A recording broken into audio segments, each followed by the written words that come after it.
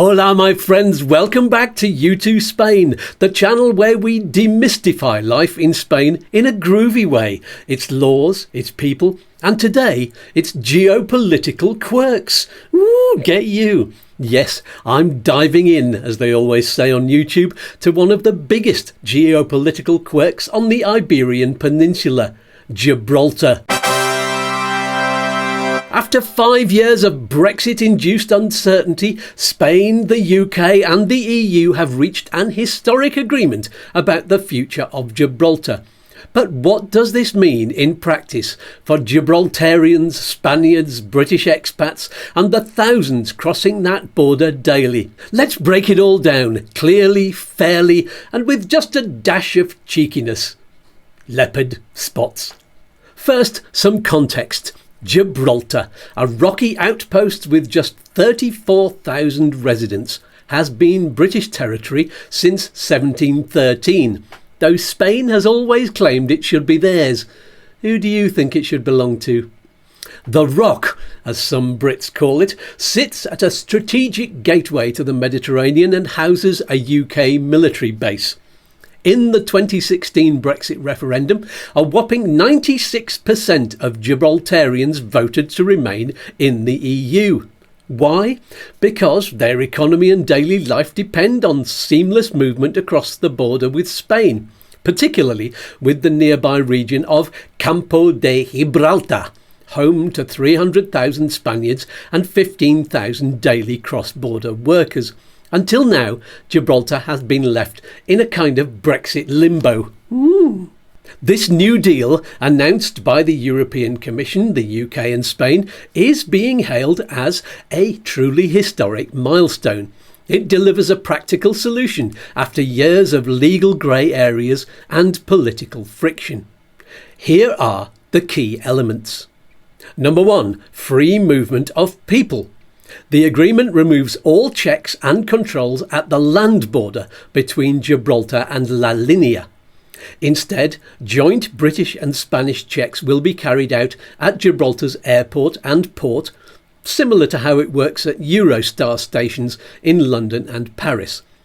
Gibraltar joins the Schengen Area for practical purposes, with Spanish authorities handling Schengen checks. The UK and Gibraltar will maintain their own identity checks on their side. What does this mean in practice? If you're a commuter, tourist or resident crossing daily, you'll now walk or drive across the border without stopping. No queues, no passport stamping, no ETIAS worries, at least on the land border. Number 2, movement of goods. All physical customs checks at the land border are scrapped. A future customs union between the EU and Gibraltar is in the works. There'll be tight cooperation between customs officials to avoid fraud or tax dodging, especially on the hot button items like tobacco. What does this mean? If you're importing, exporting or driving a delivery truck between Spain and Gibraltar, business just got a whole lot smoother. Number 3, visas and permits. A new visa and travel permit system is destined to be set up to ensure legal movement while keeping Schengen standards in place. Details on this are pending and we'll do a video about it when we know more, but we do know this. British passport holders won't be stuck in endless queues just for visiting Gibraltar or Spain via Gibraltar. Sovereignty and security. Now this is where things get sensitive. All sides are stressing that sovereignty remains unchanged. On the one hand, the UK retains full control of Gibraltar. On the other hand, Spain doesn't recognise that sovereignty but has agreed to the deal anyway.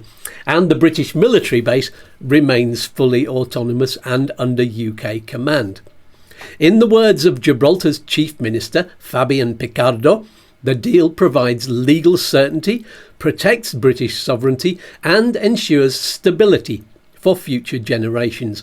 But Spanish Prime Minister Pedro Sanchez made it clear Spain still wants Gibraltar back.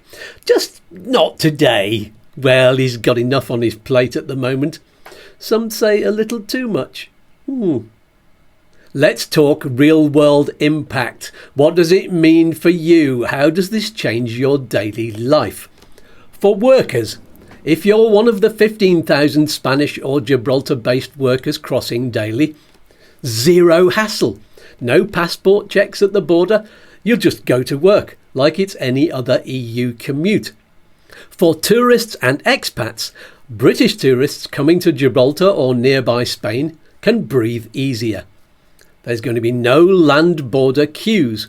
ETIAS rules will not apply at the fence, only at the airport or seaport. British expats in southern Spain also benefit, especially those who shop, work or socialise across the border. For businesses, no customs delays for goods moving across the border, smoother trade, less paperwork and long-term stability. And you can expect more investment in the region. That's got to be good for everyone. Will anyone lose out? Well, this is the €1,000,000 question. Will anyone lose out from this deal? Well, what do you think? Is anything going to be more difficult for you now? I mean, there are no new barriers for people or goods.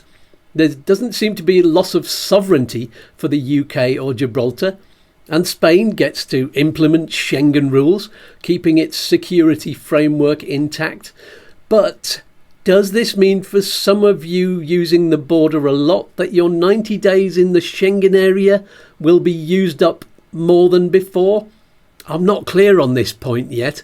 Let's open up the discussion and air your views about it in the comments below. And also, Spain hasn't given up its claim, which might annoy some of you and please others.